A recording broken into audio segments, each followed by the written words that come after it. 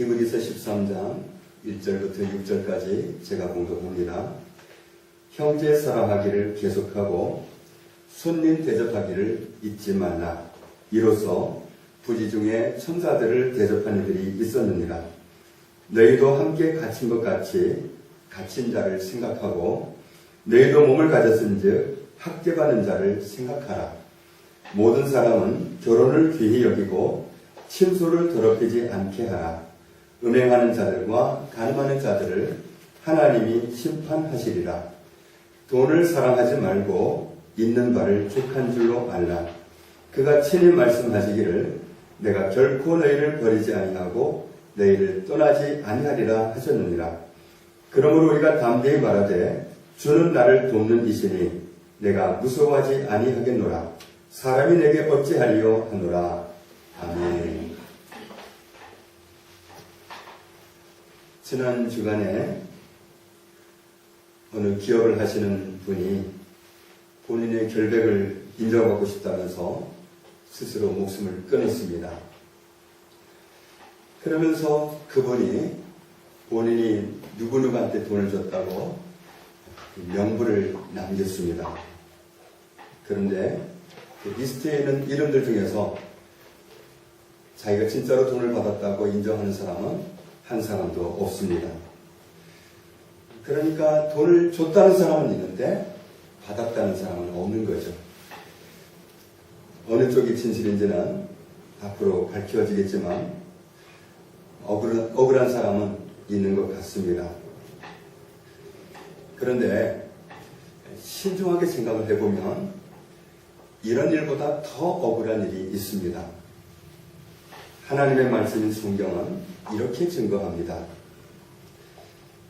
맨 처음에는 세상에 아무것도 없었는데 하나님께서 만드셨다.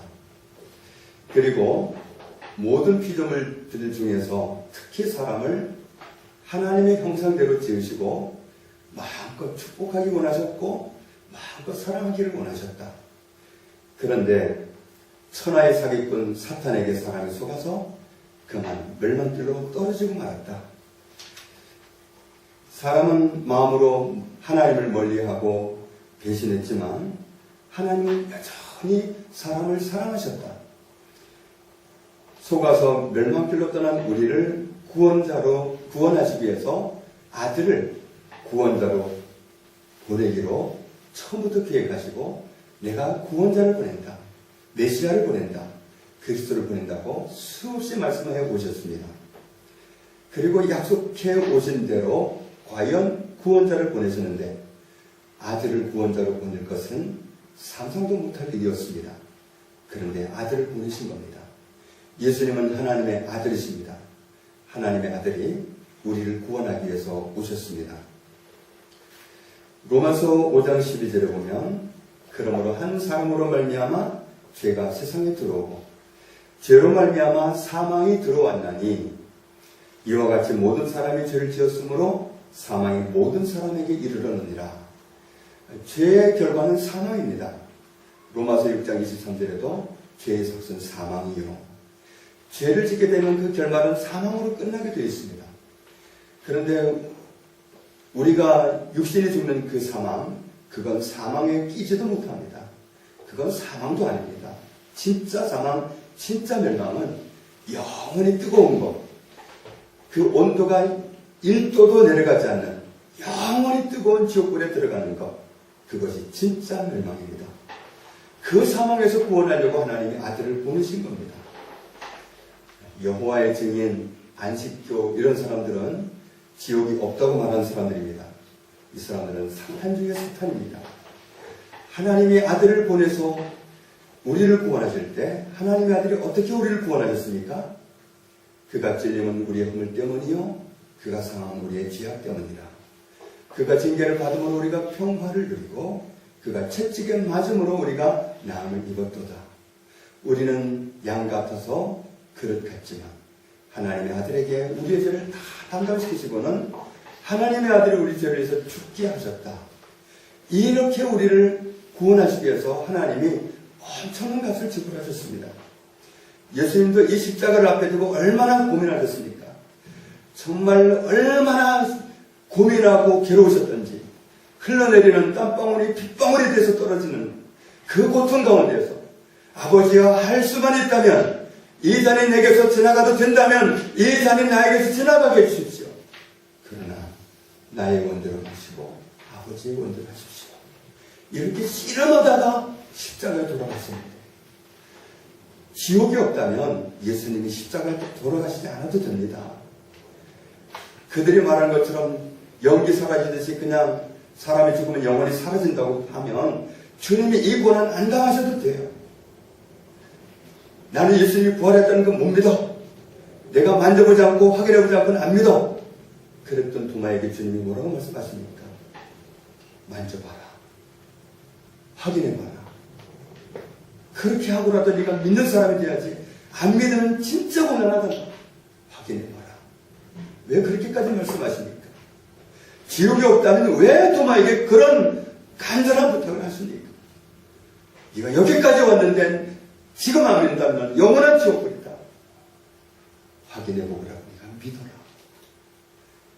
나의 주 나의 하나님, 네가 보고서야 믿느냐. 보지 않고도 믿는 사람은 복 있는 사람이다. 지옥이 없다는 주님은 이 고난 당하실 필요가 없습니다. 지옥이 있기 때문에 주님이 이 고난 당하시고 우리를 구원받게 하려고 대신 희생양이 되신 겁니다. 하나님의 흠없는 아들, 죄라고는 한 번 지어본 적이 없는 아들이 가장 중한 죄인이 되셨을 때, 죄인으로 몰고 갈 때 주님이 얼마든지 결백을 주장할 수 있어요. 정말 억울하네, 소리를 지를 필요도 없어요. 이놈들의 소리만 질러도 돼요. 한마디만 하셔도 돼요. 그래서 주님이 그러셨잖아요. 내가 너 말리려고 하지 말아라. 내가 이렇게 고난받지 않으면 이런 방법으로 너를 구원하리라 하신 하나님의 말씀이 어떻게 이루어지겠느냐. 내가 말 한마디만 하면 몇 군단 되는 천사들을 동원할 수 있다는 사실을 내가 모르느냐. 나는 얼마든지 이 상황을 모면할 수 있다. 그렇지만 이 십자가가 아니면 너희가 구원받을 수 없기 때문에 내가 이 자리에 쓴 거다. 만류하는 제자들을 그렇게 타이르신 이유가 뭡니까? 지옥이 있기 때문입니다. 그 지옥에서 멸망하는 것, 그걸 하나님이 원치 않으시기 때문에 아들을 희생해서 우리를 구원받게 하시는 겁니다. 우리는 구원받게 하면 됩니다. 구원받지 않으면 정말 낭패입니다. 구원받았어야 돼요. 구원받으셨습니까? 구원을 못 받았으면 오늘 구원받아야 됩니다. 어떻게 구원받습니까? 구원받기 위해서 우리가 해야 될 복잡한 일이 있는 게 아닙니다. 구원받기 힘들다. 구원받으려면 정말 시간이 필요하다. 그건 다 거짓말이고 사기입니다. 우리의 구원은 십자가에서 우리 죄값을 대신 치르신, 우리 죄를 위해서 대신 죽어주신, 죄의 값은 사망이기 때문에 예수님이 대신 사망하신 이 사건을 통해서 이루어졌습니다. 하나님의 아들이 이미 우리를 구원하셨어요. 십자가에서. 예수님이 이루어놓으신 이 구원을 받아들이는 것뿐이에요. 그걸 믿음이라고 하는 겁니다. 그래서 믿음으로 말미암아 구원받는다고 에베소서 2장 8절에 말씀하고 있는 거예요. 하나님이 이루어놓으신 구원을 그냥 인정하고 그냥 받아들이는 거예요.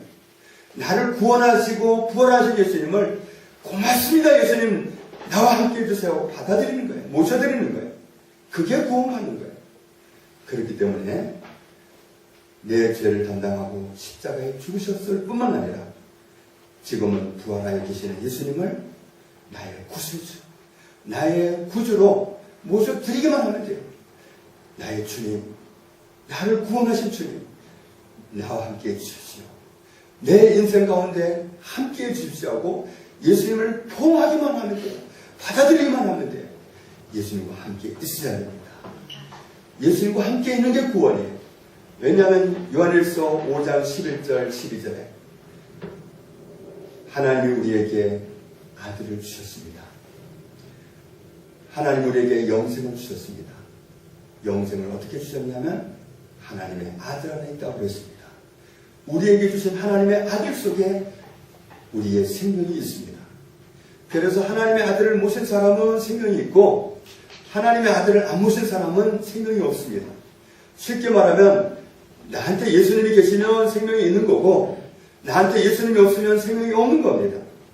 예수님 있는 사람이 생명이 있는 사람, 예수님 없으면 생명이 없어요. 예수님을 모셔드렸습니까? 예수님 저와 함께 해주세요. 예수님 제 안에 들어와 주세요. 내 안에 들어와 주세요. 내 마음속에 들어와 주세요. 정중하게 말씀드리기만 하면, 정말 진실하게 말씀드렸다면 예수님은 들어오셨습니다. 그런 사람은 예수님이 들어와 계시기 때문에 영원한 생명을 소유한 사람이고 구원받은 사람, 나의 죄를 해결하신 예수님을 모셨기 때문에 구원받은 사람, 꼭 구원받아야 됩니다. 구원받지 않으면 큰일 납니다. 영원한 멸망입니다. 이건 피할 수가 없습니다. 그래서 꼭 예수 그리스도를 모셔드려야 됩니다. 예수님을 모신 사람이 구원받은 사람입니다.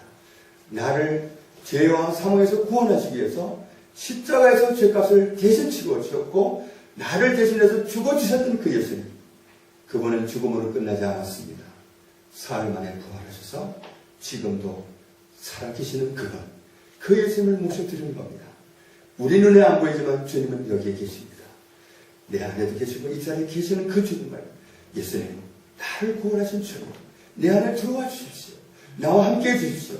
말씀드리면 그분은 누구에게라도 들어오십니다.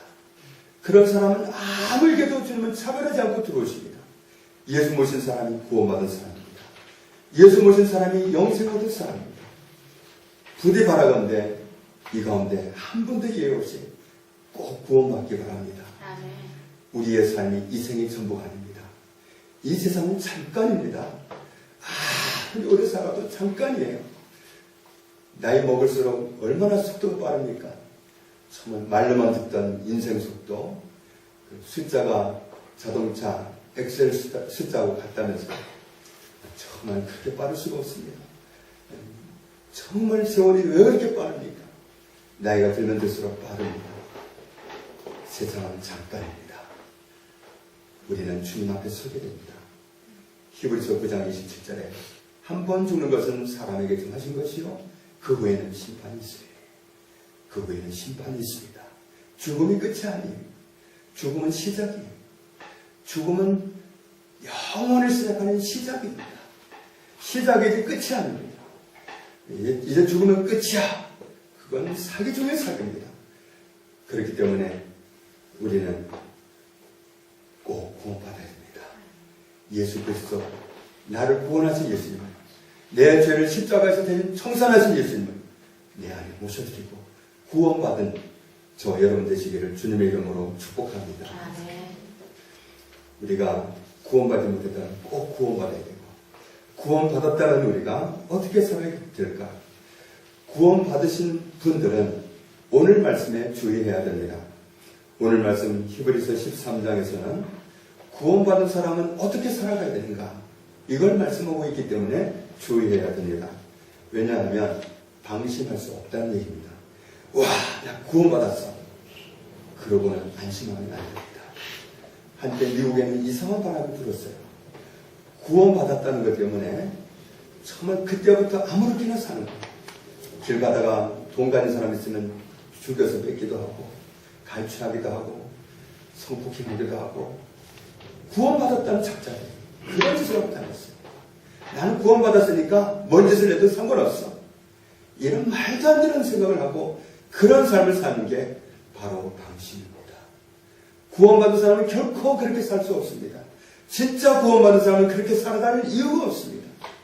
방심할 수 없기 때문에 오늘 말씀에 구원받은 사람은 귀 기울이고 주의해야 될 줄로 믿습니다. 어떻게 살아야 되느냐 하면, 우리는 구원받은 사람으로서 내가 받은 구원을 잃지 않기 위해서 꼭 주의해야 됩니다.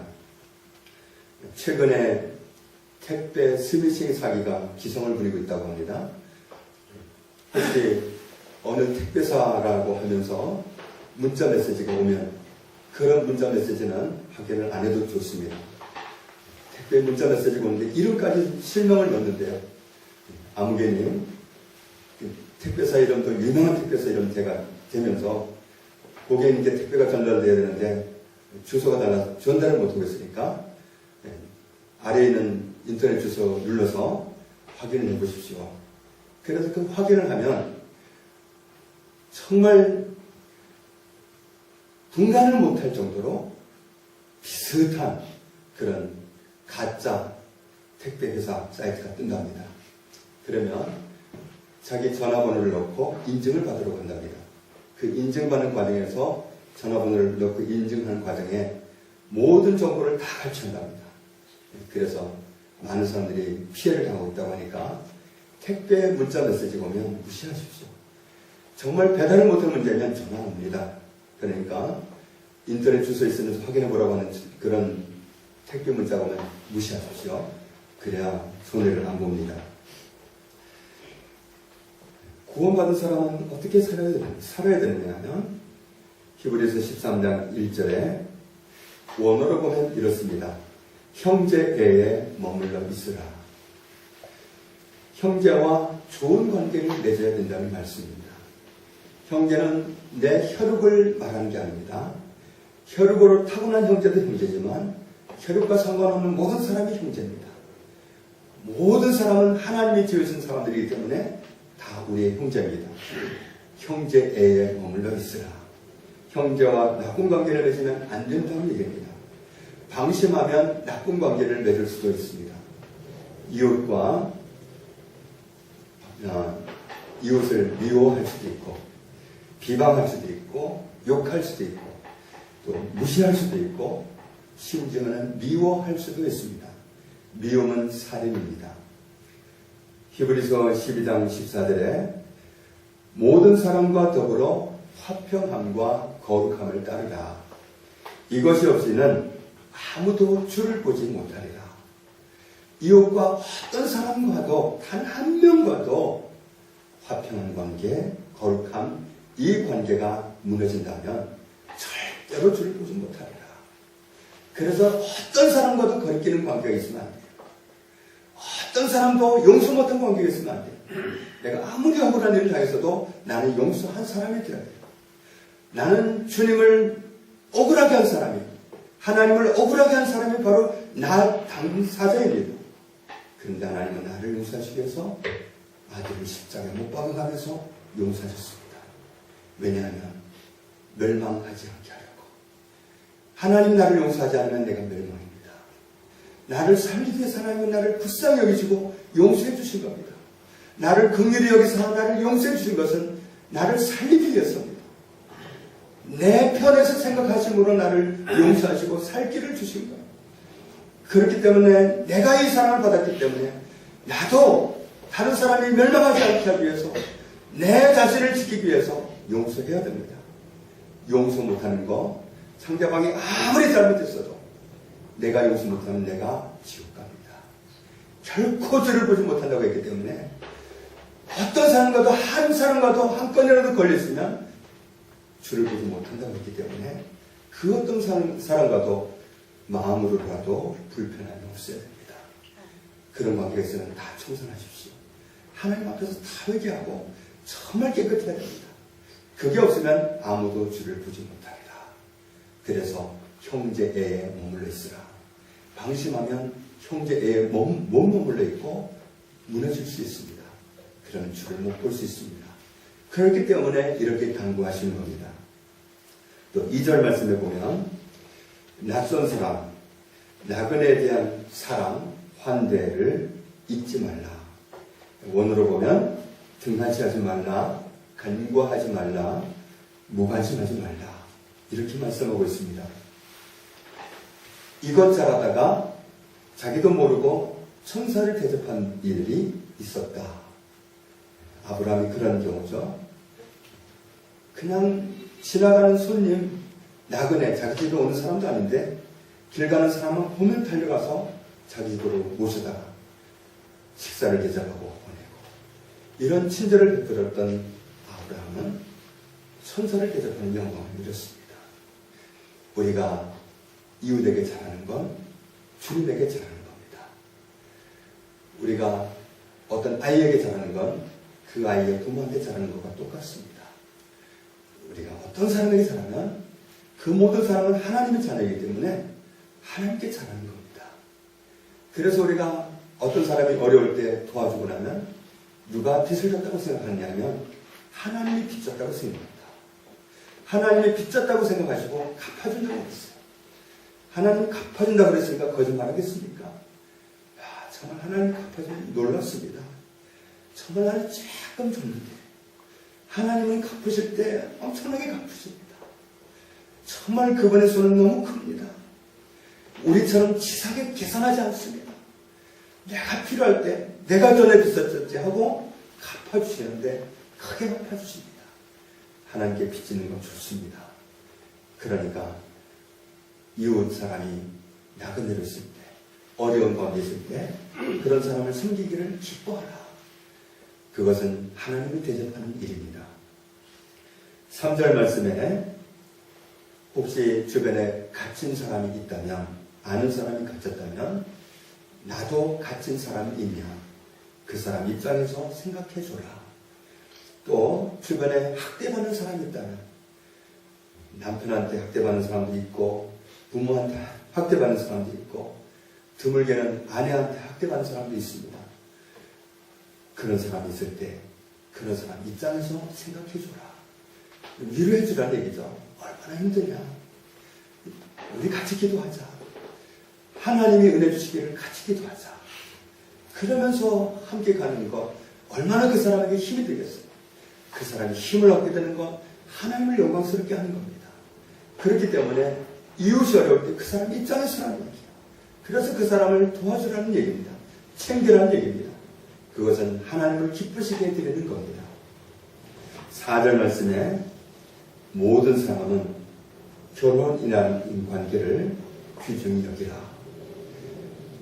원어로 보면은 부부의 잠자리를 더럽혀지지 않게 하라. 이렇게 경고하신 이유가 뭐겠어요? 말세가 되면 될수록 사탄은 부부의 성관계가 더럽혀지도록 이끌어 간다는 사실을 알 수 있습니다. 그래서 진즉 오래전부터 애인이 없으면 안 된다고 하잖아요. 믿는 사람도 애인이 있어야 된다고 하잖아요. 이게 사탄의 함정입니다. 성이 무너지면 하나님의 심판 앞에 놓이게 됩니다. 소돔과 고모라가 불심판을 받았는데 거기에서 가장 특징되는 죄가 뭐냐면 성적인 타락입니다. 성이 무너지면 하나님은 심판하십니다. 오늘 이 말씀에도 그렇게 말씀하고 있잖아요. 그래서 우리는 정말 이 성을 지켜가야 됩니다. 이걸 지켜가지 않으면 심판을 받게 되기 때문에 방심하면 나도 모르게 여기에 말려들기 때문에 이런 죄를 짓지 말도록, 방심하지 말도록 고면하고 있습니다. 5절 말씀에 우리 히브리서 13장 5절을 같이 읽겠습니다. 돈을 사랑하지 말고 있는 바를 족한 줄로 알라. 그가 친히 말씀하시기를 내가 결코 너희를 버리지 아니하고 너희를 떠나지 아니하리라 하셨느니라. 아멘. 자, 예를 들어보겠습니다. 물컵이 있는데 물이 반이 담겨 있습니다. 표현하는 방법은 두 가지입니다. 물이 반밖에 없네. 물이 반컵 있네. 하나는 있네고 하나는 없네입니다. 반컵밖에 없네. 반컵 있네. 둘 중에 하나입니다. 표현이 같은 것 같지만 엄청난 차이가 있습니다. 하나님은 우리가 부정적인 언어를 쓰기를 원치 않습니다. 반밖에 없네. 이런 표현 쓰는 걸 원치 않습니다. 돈이 있는 것도 마찬가지예요. 돈이 우리 주머니나 지갑에 얼마가 있을 수 있습니다. 그 있는 돈을 가지고 돈이 이것밖에 없네 할 수도 있습니다. 돈이 이만큼 있네 할 수도 있습니다. 있네와 없네는 하늘과 땅 차이입니다. 그런데 하나님은 어떤 표현을 원하시냐면 없네 하는 걸 원치 않습니다. 내게 있는 바를 족한 줄 알라. 있는 것 가지고 감사하는 얘기입니다. 왜 그러냐면 있는 게 다가 아니기 때문입니다. 현재 보이는 이 있는 게 다가 아니기 때문에 내 주머니는 이 돈이 다가 아니기 때문에 현재 내 지갑 속에 있는 이 돈이 다가 아니기 때문에, 현재 내 통장에 있는 잔고가 전부가 아니기 때문입니다. 그럼 뭐가 더 있는데요? 아니, 뭐가 더 있길래 그게 다가 아닙니까? 이어지는 말씀을 보면 알 수 있습니다. 6절 같이 있습니다. 그러므로 우리가 담대히 말하되 주는 나를 돕는 이시니 내가 무서워하지 아니하겠노라. 사람이 내게 어찌하리요 하노라. 아멘. 무슨 말씀을 하시는 겁니까? 주님은 나를 돕는 분이시다. 하나님은 우리를 돕는 분이십니다. 하나님은 우리에게 모든 것을 공급하기 원하시는 공급자이십니다. 하나님에게는 돈이든 무엇이든 아무것도 부족한 게 없습니다. 그래서 야고보서 1장에 누구든지 지혜가 부족하거든, 돈이 부족하거든, 무엇이 부족하거든 후히 주시고 꾸짖지 아니하신 하나님께 구하라. 그리하면 주시리라. 하나님은 주시는 분입니다. 하나님은 주시는 분이다. 하나님은 공급하시는 분이다. 하나님은 신실하시다. 우리는 이 사실을 꼭 명심해야 됩니다. 있는 돈이 다가 아니라 돕는 분이 계십니다. 있는 거에다가 플러스 나를 돕는 분입니다. 있는 돈에다가 돕는 분이 계시면 뭐가 부족합니까? 이만큼밖에 없어요? 더 주실 수 있는 분이 계시는데, 그러니까 밖에 없다가 아니라 이만큼 있어요. 얼마든지 공부하실 분이 계세요. 그러니까 우리에게는 무한대로 주실 주님이 계시기 때문에, 그렇기 때문에 있는 것을 가지고 족한 줄로 안다는 거예요. 주님은 우리가 하시는 말씀에 주의를 기울이고 그 말씀대로 반응하는 걸 기뻐하십니다. 이스라엘 백성들이 광야길을 가면서 다 무너졌어요. 두 사람만 살았어요. 두 사람은 하나님 말씀에 귀를 기울이고 말씀대로 반응한 사람들이에요. 하나님 주신다고 했잖아요. 감사해요. 이렇게 간 사람들이 두 사람이고, 나머지는 환경 바라보고 주시기는 뭘 줘? 이것밖에 없는데, 이렇게 말하는 사람들이에요. 듣는 입장에서는 어느 게 기분 좋겠어요? 우리 자녀들이 길에 나가서 그런다고 생각해봐요. 우리 부모님은 정말 자식들이 돈 달라면 주질 않아 그래. 돈이 있는데도. 이러는 자녀하고, 우리 부모님은 없는데도 주려고 애쓰는 분이야. 그러는 거고, 어느 소리를, 돌아서 올 땐 어느 소리를 좋아하겠어요? 똑같은 말이라도 부모를 인정하는 말을 할 때 좋은 겁니다. 특히. 하나님은 우리가 말씀드리는 대로 반응하십니다. 우리가 기분 나쁘게 말하잖아요. 그러면 사람들은 뭐야, 내가 정말 안 준 줄 알아? 그리고 줄지 모르지만 하나님은 절대로 안 그럽니다. 네가 말한 대로 할게. 네가 말한 대로 할게. 안 준다고? 그래, 네가 말한 대로 할게. 그게 무섭습니다. 그래서 말을 잘해야 되는 거예요. 이거밖에 없네? 그래, 네가 말한 대로 줄게. 나 이제 신경 안 쓸게. 이렇게 되는 거예요. 이는 말을 족한 줄 아는 얘기는 뭐냐면, 돕는 분이 계시기 때문에. 돕는 분이 전부예요, 사실은. 그러니까 뭐가 부족하겠어요? 나한테 돕는 분이 계시는데, 공급자가 계시는데 뭐가 부족하겠어요?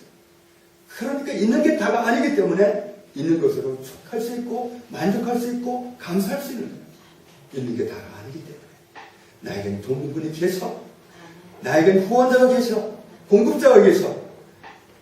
이렇게 표현하고 말하는 것을 하나님이 기뻐하십니다. 하나님 우리가 말하는 대로 반응하셔요. 기분 나쁘게 해드려봐요. 하나님은 가만히 계십니다. 기분 나쁘다고 발끈해서 진짜 안 준 줄 알아. 하나님 절대로 그렇게 안 하십니다. 우리가 말하는 대로 반응하시기 때문에 우리는 오늘 말씀대로 정말 하나님은 나를 돕는 분이시다. 하나님이 나를 도우시는데, 그래서 로마서 8장에 이렇게 말씀하잖아요. 하나님이 우리를 위하시면 누가 우리를 대적하리요? 하나님이 나를 위하신다면, 하나님이 우리를 위하신다면 누가 감히 우리를 어떻게 하겠느냐? 아무도 어떻게 할 수 없다.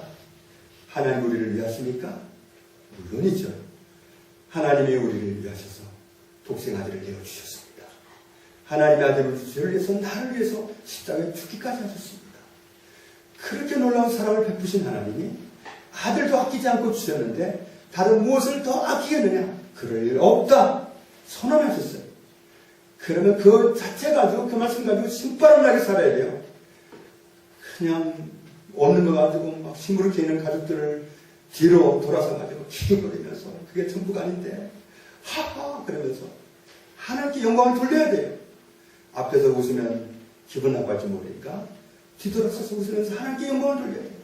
하나님 이 사실을 알게 해주십시오. 하나님 모든 것을 공급하시는 신실하신 하나님이신데 뭐가 걱정이겠습니까? 염려는 다 집어 던져야 됩니다. 그래서 모든 염려를 다 내게 던져버려라. 주님은 우리를 돌보시는 분이십니다. 주님은 우리를 책임지시는 분이십니다. 돕는 분이 계시기 때문에 우리는 있는 게 만족한 겁니다. 돕는 분이 계시기 때문에 우리는 모든 환경 가운데서도 만족한 겁니다. 돕는 분이 계시기 때문에 어떤 문제 가지고도 만족합니다. 그것 가지고 잠 못 자고 고민할 이유가 없습니다. 돕는 분이 계시기 때문에. 여호와께서 나를 돕는데 사람이 내게 어찌하리이까. 이것이 신실한 하나님의 사람들의 한결같은 고백이었습니다.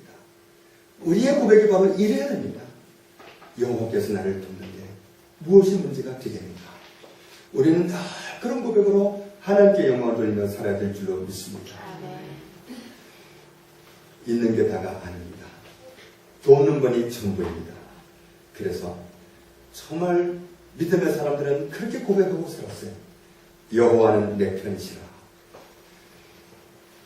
하나님께서 나를 돕는데 주께 영광을 돌리기를 주님의 이름으로 축복합니다. 하나님 아버지 감사합니다. 하나님께서 우리를 돕는 자로 계시니 감사합니다.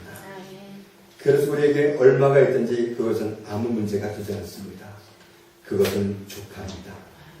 우리에게 어떤 문제가 있어도 우리는 돕는 분이 계시기 때문에 족합니다. 우리가 어떤 환경 가운데 있다 할지라도 우리는 돕는 분이 계셔서 족합니다. 아무것도 문제될 것이 없습니다.